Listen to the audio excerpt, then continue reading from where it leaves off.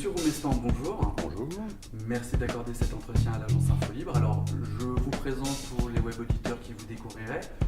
Vous êtes l'auteur de Fidel Castro, Rose et Tático, qui est votre second ouvrage. Le premier portait sur Maximilien Robespierre. Vous avez fait des études d'histoire et des études de journalisme avant d'entrer dans le domaine de l'enseignement, de devenir proviseur. Et avant d'être donc actuellement, vous êtes rédacteur pour WebPress. Donc, première question, pourquoi avoir décidé de rédiger un ouvrage sur Fidel Castro ? Alors, si vous voulez, j'étais intéressé par le personnage parce que dans les librairies, les ouvrages sur Fidel Castro sont des ouvrages très particuliers. Soit il est encensé comme quelqu'un d'absolument fantastique, un leader absolument génial, soit complètement démoli, c'est-à-dire qu'on considère que c'est un dictateur sanguinaire, etc. Un petit peu la même démarche que j'ai vue pour Robespierre. Donc l'idée, c'était, avec le logiciel des historiens, avec une objectivité, avec une analyse des documents d'un historien, essayer de trouver la réalité du personnage. Voilà, tout simplement. Très bien. Et est-ce que vous pouvez nous dévoiler les coulisses de la rédaction de cet ouvrage ? Comment est-ce qu'il s'est fait ? Alors, il s'est fait en 2 temps. Le premier temps, c'était naturellement, j'ai commencé à travailler sur cet ouvrage et à faire les recherches au moment où j'étais en effet proviseur de lycée. Donc j'ai eu très très peu de temps pour faire des recherches et j'ai donc abandonné pendant un certain nombre d'années. Et lorsque je suis arrivé donc à la fin de ma carrière de proviseur, j'ai repris, mais cette fois-ci très sérieusement, l'écriture de cet ouvrage, en rencontrant naturellement des gens aussi bien parmi les officiels que dans la dissidence. C'est-à-dire qu'il a fallu que je me déplace naturellement par plusieurs voyages à Cuba, à La Havane, où j'ai rencontré des enseignants de l'université de La Havane. En France, j'ai rencontré également un certain nombre de personnes de l'ambassade de Cuba qui m'a facilité les contacts avec un certain nombre de personnes qui se trouvaient à l'ambassade pour des conférences. C'est là, par exemple, que j'ai eu la chance de rencontrer une des filles de Che Guevara, la chance de rencontrer également la nièce de Fidel Castro, le petit-fils de Castro également. Et puis, une fois ce côté officiel des choses établi, eh bien, j'ai naturellement essayé de doubler ces informations, des informations de la dissidence, c'est-à-dire de ceux qui considéraient que Castro était un personnage tout à fait indéfendable. Et donc j'ai rencontré en France des personnes comme Jacopo Machover, comme Zoé Valdés, qui m'ont apporté naturellement leur propre analyse. Et puis sur place aussi à Cuba, j'ai rencontré, il n'y a pas naturellement dans le livre les coordonnées de ces personnes, mais des gens qui sont dans la dissidence et dont certains à l'heure actuelle ont rejoint, puisqu'il y a possibilité de quitter l'île depuis quelques mois, plus facilement, ont rejoint par exemple l'Europe. Voilà comment s'est fait le travail. Donc vous avez abordé en fait ce sujet avec des méthodes à la fois historiques et journalistiques. Voilà, tout à fait. Et c'était intéressant aussi d'avoir des gens vivants qui avaient connu cette grande période de la Révolution cubaine. Par exemple, j'ai eu, alors ça a été un après-midi absolument fantastique pour moi, la possibilité de rencontrer Mario Mencia, qui est un des compagnons de Fidel Castro dans la Sierra Maestra, et qui m'a donné, alors lui, son point de vue sur toute la lutte révolutionnaire. Et c'est vrai que là, c'est un travail de journaliste et d'historien en même temps, puisque Mario Mencia est aussi historien. Donc on va rentrer dans l'ouvrage, on va essayer de décortiquer, de voir qui était Fidel Castro, sans trop en révéler, pour donner envie aux web auditeurs, pourquoi pas, de se procurer votre ouvrage.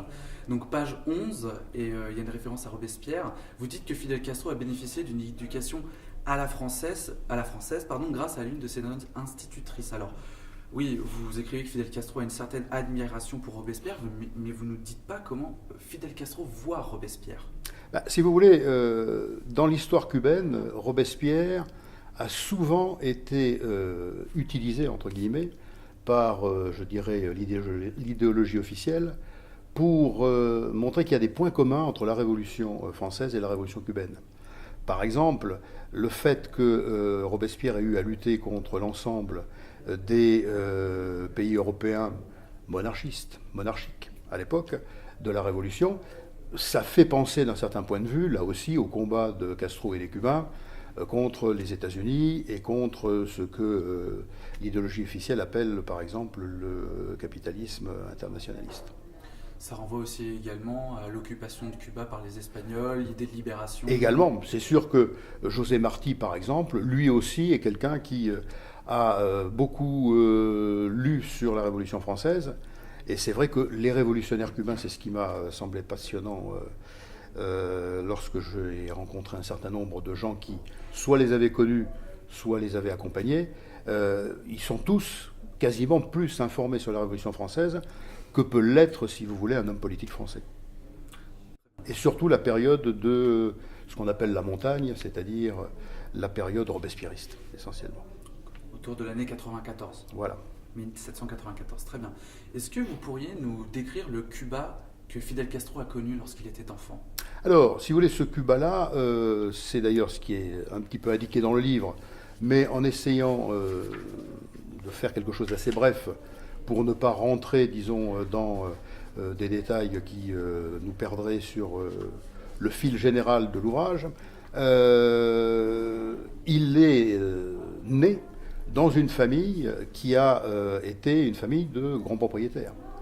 Il a donc vu, dès son enfance, des gens qui travaillaient pour son père, notamment, et il a vu les difficultés que pouvaient avoir ces paysans cubains pour vivre au quotidien. Même si son père n'était pas, disons, un grand, comment dirais-je, agriculteur de type entreprise américaine sur le sol cubain, il n'empêche qu'il a pu mesurer très tôt la misère du petit peuple cubain et la misère des paysans cubains. Juste pour remettre en contexte, excusez-moi, rappelons que Fidel Castro, il est né le 13 août 1929. Vous pouvez peut-être nous rappeler un petit peu le contexte politique de l'époque, des années 30, on va dire. Si vous voulez, là on est en plein dans la grande crise économique que le monde a connue. Et à cette époque-là, Cuba était extrêmement lié, disons, aux États-Unis. Ce qui fait qu'on a, depuis le démarrage de la vie de Fidel Castro jusqu'à aujourd'hui, on peut dire une certaine animosité contre les États-Unis, et même on peut dire une animosité certaine par rapport, disons, à toutes les grandes relations économiques qu'il peut y avoir entre une petite île et une grande puissance qui est juste à côté. Page 18, vous nous dites, je cite, il, donc Fidel Castro, se marie en 1948 avec Mirta Díaz-Balart, jeune étudiante en philosophie dont le père est un ami de Batista, donc c'était le dictateur de l'époque de Cuba. Leur voyage de noces aura lieu à New York où il achète dans une librairie Le Capital de Marx, dont il ne lira que quelques pages. Alors, j'ouvre une parenthèse, c'est vrai que votre livre il est ponctué de quelques petites anecdotes comme celle-ci, voilà, qui donne l'impression un peu de rentrer dans l'intimité de Fidel Castro. Mais juste pour revenir au début de la citation, le fait d'avoir des personnes d'influence dans son entourage, donc là en l'occurrence d'être proche de Batista via sa femme, est-ce que ça ne l'a pas discrédité auprès des révolutionnaires? Pas du tout, parce que si vous voulez, le monde politique, qui est extrêmement diffus, compliqué à comprendre, le monde politique d'avant 1959, montre les interpénétrations des partis politiques, les uns avec les autres. C'est-à-dire que, par exemple, Fidel Castro a commencé sa carrière au Parti Orthodoxo, avant de se dire, ce parti-là n'est pas la bonne solution pour arriver au pouvoir, donc on va prendre une autre manière d'arriver au pouvoir. Mais c'est vrai que politiquement parlant, on a un certain nombre de leaders politiques de l'époque qui vivent, si vous voulez, dans une sorte de, on pourrait presque dire, d'élite politique. Et Castro, dans un premier temps, côtoie cette élite politique. Il va naturellement dans des partis qui correspondent à ses opinions. Mais d'étape en étape, il est amené à se dire, ces partis politiques, ils ne réussissent pas à faire changer Cuba, ils ne réussissent pas à faire évoluer la société cubaine, donc il faut les dépasser, il faut faire autre chose, d'où la création de son propre mouvement qu'il a mis en place à partir des années 56-57. Mais justement, c'est ma prochaine question, est-ce que vous pouvez nous parler de ce mouvement qu'il a mis en place et de la manière, sans rentrer trop dans les détails, peut-être, de la manière dont il a renversé Batista et le pouvoir Batista? Si vous voulez, il y avait deux possibilités. Ou bien on renversait le pouvoir par, disons, le jeu des élections, C'est-à-dire que on se présentait aux élections et puis on arrivait par les urnes à obtenir le pouvoir, ou bien on allait au-delà, c'est-à-dire qu'on imaginait, et c'est ce que Castro a choisi, un groupe d'hommes déterminés qui naturellement s'appuyait sur la population, parce qu'on ne peut pas faire la révolution tout seul, mais ce groupe d'hommes déterminés s'appuyant sur la population, amenant donc cette population, si vous voulez, à changer le pouvoir. C'est-à-dire ne pas passer par, on dirait, la voie démocratique classique qu'on peut avoir, par exemple, à la même époque aux États-Unis ou en France ou en Europe. Donc la volonté, disons, de passer au-delà de ces partis politiques et la volonté avec un certain nombre de personnes qui sont en accord, naturellement, sur un programme, et le programme était, je dirais, facile à mettre en place, hein. C'était la lutte contre la misère, la lutte contre les inégalités, la lutte contre l'emprise des États-Unis sur l'île de Cuba. Donc c'était assez facile de fédérer un certain nombre de gens là-dessus. En plus de cela, ce que je dis dans le livre, c'est que même si au niveau éducatif, il y avait beaucoup à faire dans le Cuba d'avant la Révolution, on avait pas mal de gens qui étaient instruits. On avait toute une partie de la population qui, disons, réfléchissait aux grandes théories politiques et qui n'étaient absolument pas, comment dirais-je, comme des gens attendant, sans rien faire, que les choses changent.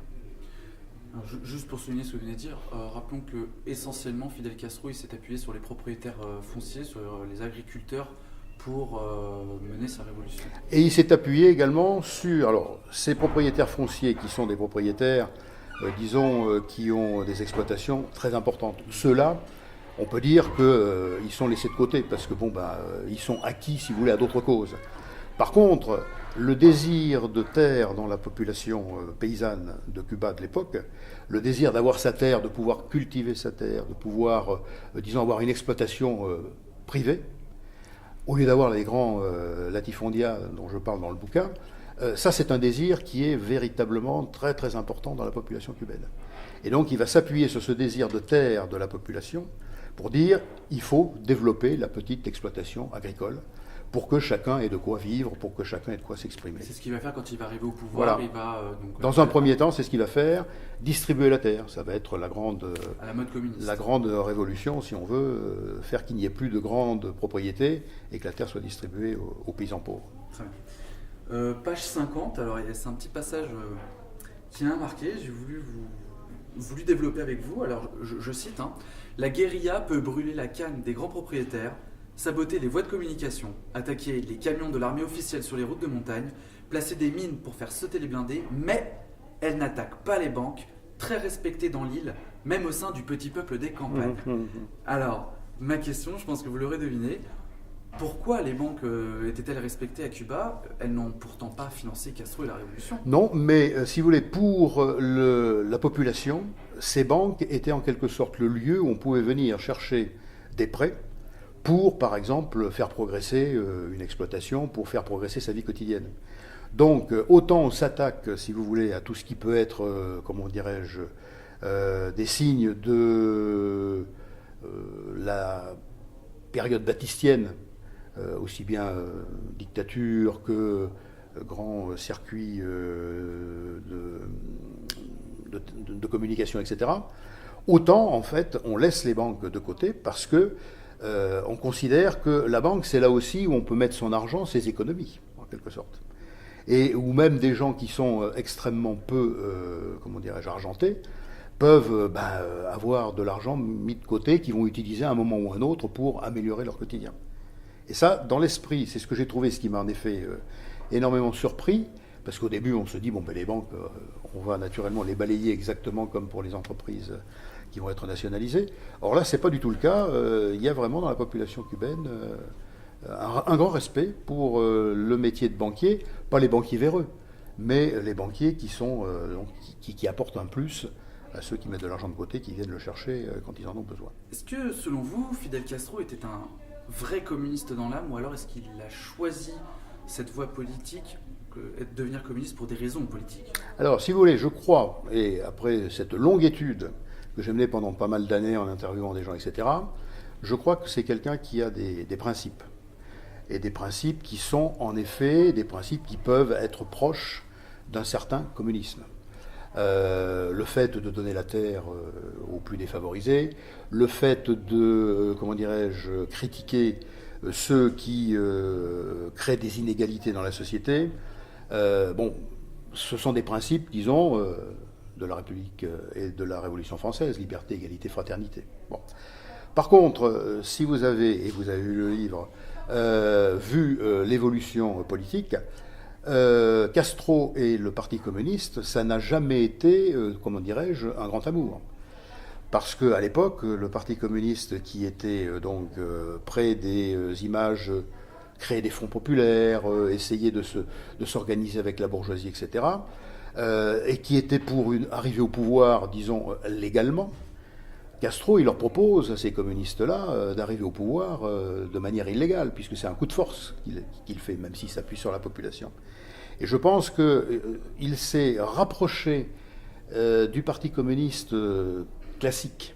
Il s'est rapproché du Parti communiste de l'Union soviétique, d'où le terme de El Tactico dans le livre, parce qu'il a eu besoin à un moment donné, pour faire face aux États-Unis, d'avoir de l'aide internationale. Et l'aide internationale, eh bien, c'était l'Union soviétique, c'était les pays de l'Est, c'était les pays communistes. Alors, page 102, vous nous dites, je cite, « L'éducation nationale permet au pouvoir de faire passer des mots d'ordre incitatifs, et quand on connaît l'autorité charismatique de Castro, on comprend mieux l'utilité de cette méthode. » Est-ce que vous pourriez développer, s'il vous plaît ? Si vous voulez, dans le programme révolutionnaire de Fidel Castro, il y avait, dès le départ, l'idée de développer l'éducation pour tout le monde. Faire que les gens prennent en main leur destin, il faut naturellement partir de l'idée qu'il faut les former, qu'il faut leur apporter toutes les informations possibles et imaginables. Et ça, jusqu'à nos jours, il y a une réussite de l'éducation à Cuba, ça c'est indéniable. On a beaucoup de diplômés, on a des gens qui font de longues études, garçons comme filles d'ailleurs, et c'est assez rare pour être noté dans un pays du type de Cuba. Mais c'est vrai aussi que, bon, il ne faut pas être dupe, ça permet, cette éducation, de faire passer, de former dans un certain style politique, dans une certaine idéologie politique, la population. Et donc d'apporter à cette population, disons, un certain nombre de mots d'ordre. Et c'est vrai que par le biais de l'éducation, par le fait qu'on critique systématiquement tout ce qui n'est pas Castro dans les écoles, tout ce qui n'est pas castrisme dans les écoles, automatiquement on forme cette population à certaines idées et ça permet au pouvoir naturellement de se maintenir d'un certain point de vue. C'est vrai que bon, c'est pas un pays démocratique. Et c'est vrai aussi que qui dit pays démocratique dit automatiquement la possibilité d'avoir des oppositions. Bon, pendant toute la période castriste et jusqu'à nos jours, les oppositions sont véritablement réduites à leur plus simple expression. Et par l'intermédiaire de l'éducation aussi, puisque bon, on n'enseigne pas, disons, toutes les thèses politiques de la même manière que les thèses castristes. À propos justement des voix discordantes, des voix d'opposition dans le pays, vous nous dites qu'elles sont tolérées, mais on ne tolère pas leur mise en avant, que ce soit par exemple dans les médias ou dans les journaux. Tout à fait. Et c'est vrai qu'il y a eu des périodes pendant lesquelles le pouvoir a permis, disons, une certaine, je ne dis pas liberté d'expression parce que ça serait un mot trop fort, mais la possibilité de parler. Bon. Mais jamais, disons, en ayant en face de soi des médias qui remettent en cause le socialisme cubain. On ne peut pas, on peut dire tout ce que l'on veut, mais toujours dans le cadre du socialisme cubain. D'accord. Alors un peu d'économie maintenant. Page 142, vous nous dites, je cite, « Les accords avec le Venezuela portent leurs fruits. Début 2005, les barrières douanières entre Cuba et le Venezuela sont supprimées. » Alors, vous nous expliquez un peu avant la page 142 qu'il y a des échanges avec Cuba, notamment au point de vue médical.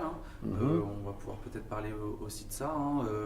Le Venezuela vendait du pétrole en échange de matériel médical et de médecins pour former des médecins vénézuéliens même. Alors, la question, est-ce qu'on peut se demander si Cuba s'oriente vers un modèle, on va dire libéral, on va dire de libre-échange, un modèle d'ouverture à l'image de la Chine, récemment.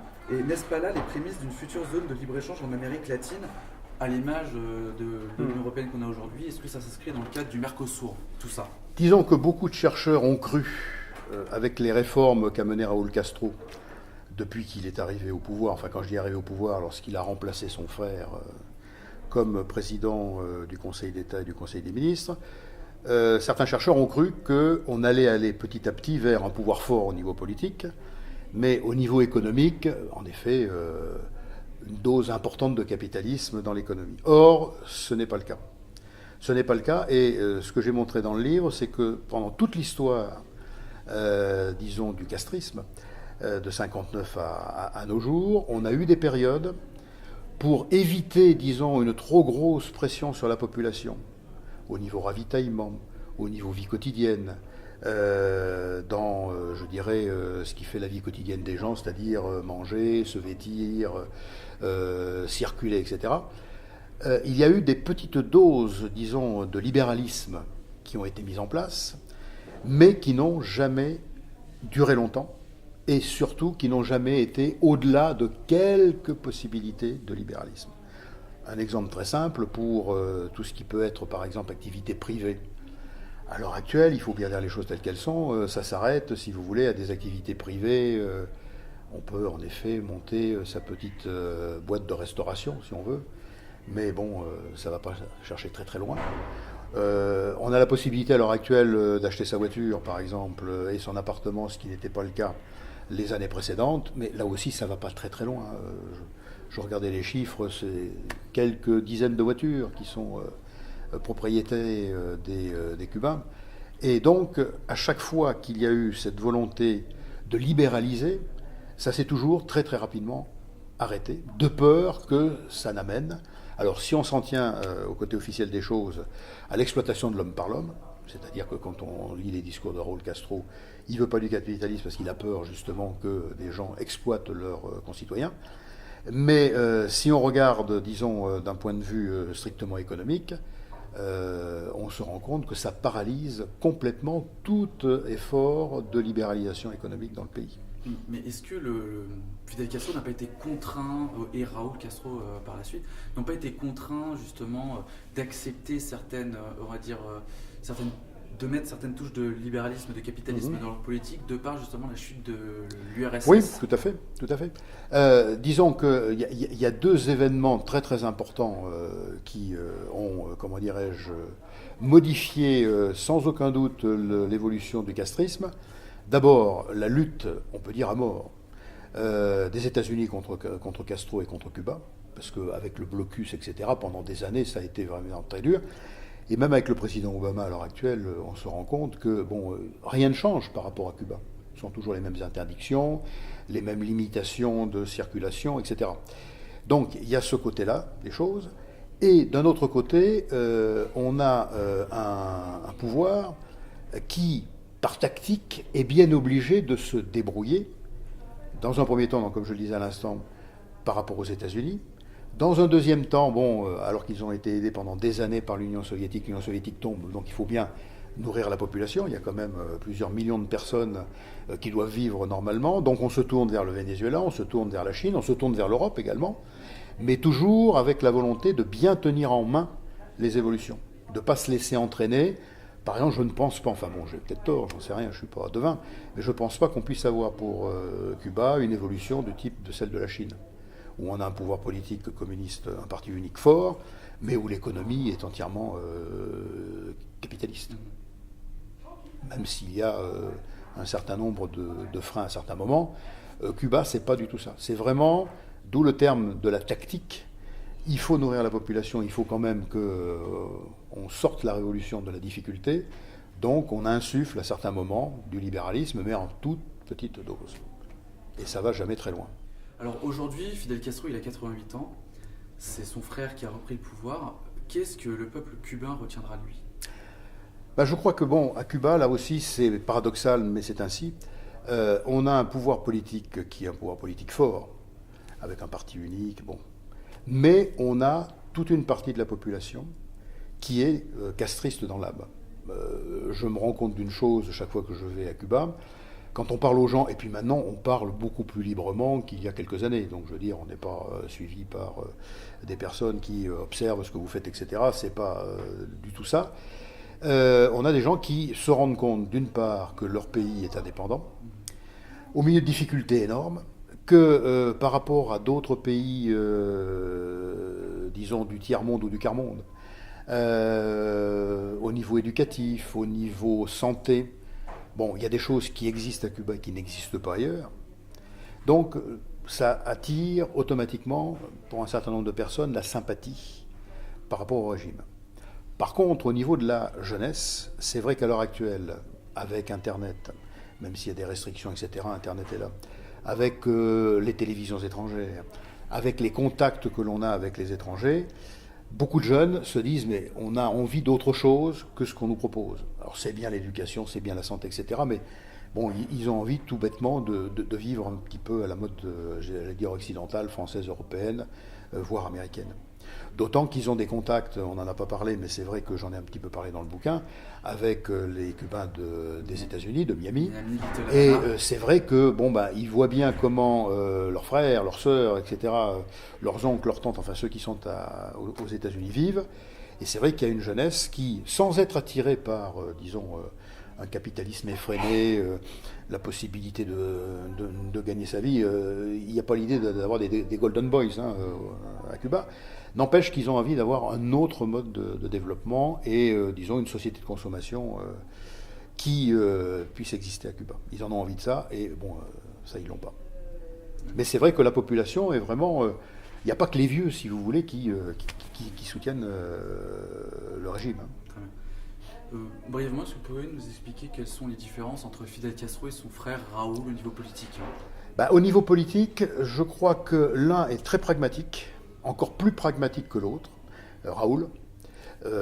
C'est vrai que Fidel est pragmatique, bon, son goût pour tout ce qui peut être problèmes agricoles, problèmes industriels, etc., tout le travail qu'il a pu faire dans ce domaine-là, montre qu'il est pragmatique et qu'il est, comment dirais-je, il a les pieds sur le terrain. Mais il n'empêche que le frère, qui a mené depuis des années, parce qu'il était à la tête des forces armées avant d'arriver donc président du Conseil d'État, les forces armées ont une énorme importance dans l'économie cubaine. Beaucoup d'entreprises nationales qui sont menées par les forces armées. Et c'est vrai que Raoul, de ce point de vue-là, est mieux ancré, je pense, dans la période que nous connaissons, de développement économique, beaucoup moins, j'allais dire, idéologue que son frère. Mais si on se tient compte, alors bon, j'ai tenté de rencontrer Fidel Castro, j'ai jamais pu. J'ai fait, par l'intermédiaire de l'ambassade de Cuba, des lettres pour expliquer. J'ai même donné à sa nièce un courrier, puisque je l'ai rencontré directement, en disant « J'aimerais pouvoir le rencontrer, c'est pas possible ». Il ne rencontre que des personnalités importantes, et ça se conçoit. Il a quand même là aussi beaucoup évolué, et il considère que dans un certain nombre de domaines, eh bien, ils se sont plantés. Comme me disait Mario Mencia, par exemple, au niveau économique, Castro est sur, je pense, la même longueur d'onde que lui. Ils n'ont pas été de bons économistes.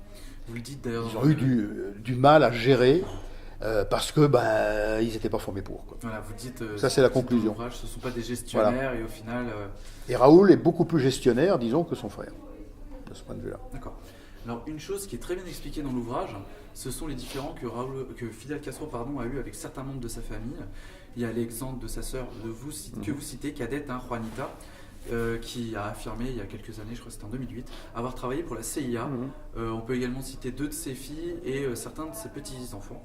Alors c'est quand même un signe fort d'être en totale opposition comme ça avec son grand-père, avec son père, avec son frère qui est pourtant à la tête d'un État et qui a pourtant réussi de bonnes choses. Est-ce que vous connaissez là où les causes de ces différends ? Si vous voulez, je crois que les personnes de la famille de Castro se partagent en 2. Il y a ceux qui soutiennent complètement le régime. Je prends un exemple très simple, Mariela Castro par exemple, ou, alors c'est pas de la famille de Castro, mais ce sont quand même des très proches, Aleida Guevara par exemple. Ce sont des personnes qui vraiment considèrent que le régime pur et dur, excellent, il n'y a rien à redire. Et puis, dans cette famille, comme dans d'autres familles, il y a des gens qui n'étaient pas d'accord. Et comme ils n'étaient pas d'accord dans un pays où on n'avait pas la possibilité de s'exprimer, la solution c'était de partir. D'autant que, et là on est sur un terrain glissant, parce que c'est vrai que j'affirme pas trop de choses dans ce domaine-là, parce que c'est très compliqué, disons, d'avoir les bonnes sources. Mais c'est vrai aussi que en face, les États-Unis étaient à l'affût de quelqu'un ou de quelqu'une qui pouvait être dissident et qui pouvait s'affirmer comme tel. Et donc, là, quand j'ai affirmé, si vous voulez, celle qui travaillait avec la CIA, c'est avéré, mais elle n'a pas donné énormément de renseignements. Là aussi, il ne faut quand même pas considérer que c'est quelqu'un qui a été essentiel à la politique américaine par rapport à Cuba. Et ce sont des personnes qu'on retrouve donc, qui sont parties aux États-Unis, parties vivre aux États-Unis, notamment, on l'a cité, mais j'y reviens, à Miami, dans le quartier cubain de Little Havana, qu'on a retrouvé là, qui sont encore là-bas. Très bien. Quelle image ont les Sud-Américains en général, donc plutôt l'Amérique latine, l'Amérique centrale, l'Amérique du Sud, de Fidel Castro et de la révolution cubaine, comparé par exemple à ce qu'a fait Hugo Chavez au Venezuela, par exemple? Alors, si vous voulez, par rapport à l'Amérique latine, parce que j'ai eu pas mal de liens avec des Vénézuéliens, des Boliviens, des Colombiens, etc. Castro est quand même considéré comme quelqu'un qui a su résister aux États-Unis. Et par rapport, disons, à un continent qui a eu beaucoup de mal à être indépendant économiquement et qui a voulu suivre sa propre voie de développement économique, c'est important. Par contre, depuis quelques années, le fait que Castro, a agi avec un parti unique, a agi en dehors de la démocratie, c'est à l'heure actuelle très largement commenté dans les pays d'Amérique latine pour considérer que c'est le point négatif, si vous voulez, du régime. Parce que c'est vrai que toutes les expériences qu'on a en Amérique latine, et y compris ce qui se passe au Venezuela à l'heure actuelle, où avec le pouvoir de Maduro, il y a quand même énormément d'opposition, il y a des partis politiques constitués, etc. L'Amérique latine est un continent, disons, de démocratie. Et ce qu'on dit souvent, c'est qu'à l'heure actuelle, il ne reste pas beaucoup de pays où un régime unique limite la liberté d'action, la liberté de parole, comme c'est le cas par exemple à Cuba. Est-ce qu'il y a une volonté de la part de ces pays latins, d'Amérique centrale, d'Amérique du Sud, de suivre l'exemple de Raúl Castro et de Cuba, de les imiter, ou d'aller dans ce sens-là? Très franchement, non. Il y a eu une période, oui. Dans les années 70, si on veut, c'est ce qu'on voit d'ailleurs dans le livre, Cuba a été véritablement le phare d'un certain nombre de pays du tiers-monde, en Afrique, en Amérique latine, même pour l'Occident, en Asie, et puis même... On a la visite de Sartre, par exemple, dans les années 70 à Cuba. Même pour l'Occident, si on veut. Mais je crois que maintenant, le monde a complètement basculé, complètement changé. Et Castro, ou les frères Castro, passent pour des gens du passé. Par rapport à toutes les aspirations... Il n'y a pas besoin d'avoir recours à Internet et autres pour voir que les aspirations des populations, c'est quand même plus la liberté de parole, la diffusion de la parole, la diffusion de la communication tous azimuts, la transparence, que, disons, un régime qui surveille tout pour voir si tout va bien dans le bon sens. Le mot de la fin, question ouverte, vous souhaitez revenir sur quelque chose, un point qu'on n'a pas abordé ou... Non, parce que je crois qu'on a abordé à peu près tous les thèmes. La seule chose que j'espère avec ce livre, c'est que j'ai fait œuvre d'historien et non pas de polémiste, parce que malheureusement, dans les ouvrages que l'on peut lire sur la question, comme je le disais au début de l'entretien, on a des ouvrages qui portent au nu le personnage ou qui le démolissent complètement. Or, il y a une voie médiane, c'est un homme politique, si vous voulez, avec, je vais dire, ses qualités, ses défauts. Et avec une situation qui a été la sienne, qui n'était pas particulièrement facile. Il y a eu des périodes pendant lesquelles il était difficile de vivre à Cuba, tout simplement parce que dans les années 90, le ravitaillement, je me rappelle la fois où je suis arrivé en pleine période spéciale en avion, on passe sur la Havane sans aucune lumière, sans rien du tout. Parce qu'il n'y avait plus d'énergie, il n'y avait plus rien, donc on coupait l'électricité très tôt. Il y avait des rationnements surtout, les gens avaient faim. C'est vrai que de ce point de vue-là, Cuba, ça n'a pas été particulièrement rose dans ces périodes-là. Et malgré tout, le pays tient. Et c'est pour ça que je crois qu'on peut voir les choses qui sont positives, voir les choses qui sont négatives, et ne pas s'arrêter uniquement soit au positif, soit au négatif. Et justement, quel avenir pour Cuba maintenant ? Je crois que l'avenir, si on regarde un peu le gouvernement tel qu'il est à l'heure actuelle, et les gens qui composent ce gouvernement, il y a deux types de ministres, si j'ose dire. Ceux qui sont des conservateurs, c'est-à-dire qui considèrent qu'il faut continuer dans cette voie-là, et puis ceux qui disent non, c'est plus possible. Et à mon avis, c'est la deuxième catégorie qui va l'emporter. Donc on peut s'attendre à avoir des modifications dans la politique de Cuba très prochainement. Tout à fait, tout en gardant en effet un certain nombre de points positifs, la santé, l'éducation, etc. Mais très franchement, je crois qu'au niveau démocratique, il y a une aspiration. Je le disais tout à l'heure pour les jeunes qui ont envie de vivre autrement et qui ont de plus en plus de mal à être dans un carcan des idées, quoi. Et au gouvernement, on a un certain nombre de ministres qui sont sur cette longueur d'onde-là, mais qui pour l'instant ne peuvent pas trop s'exprimer, parce que y a encore des pesanteurs, hein. Et puis ceux qui sont à la tête des forces armées, le président du Conseil d'État, etc., ce sont quand même les historiques. La famille Castro, qui ne peut pas non plus, renier du jour au lendemain ce qui a fait sa vie depuis 1959.